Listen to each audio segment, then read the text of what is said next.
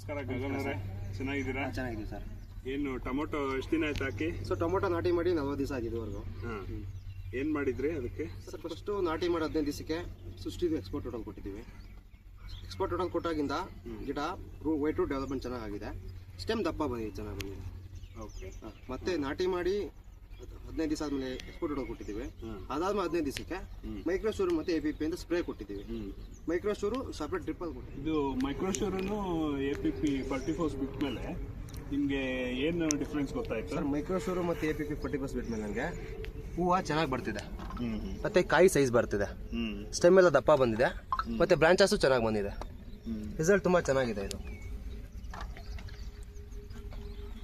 ಗಿಡ ಗ್ರೀನ್ ಸಮೇತ ಬಂದಿದೆ, ಹೆಲ್ತಿ ಆಗಿದೆ ಗಿಡ. ಇದಕ್ಕೆ ಮುಂಚೆ ನಾನು ತುಂಬ ಕ್ರಿಸಾಂಥೆಮಮ್ ವೈಟ್ಗೆ ಟೊಮೊಟೊಗೆ ನಾನು ಜಾಸ್ತಿ ತುಂಬ ಯೂಸ್ ಮಾಡಿದ್ದೀನಿ. ಸೃಷ್ಟಿ ಪ್ರಾಡಕ್ಟ್ ಕಂಪ್ನಿ ಚೆನ್ನಾಗಿದೆ, ಯೂಸ್ ಮಾಡ್ಬೋದು ಎಲ್ಲ ರೈತರು. ಪ್ರೈಸು ರೀಸನಬಲ್ ಆಗಿದೆ.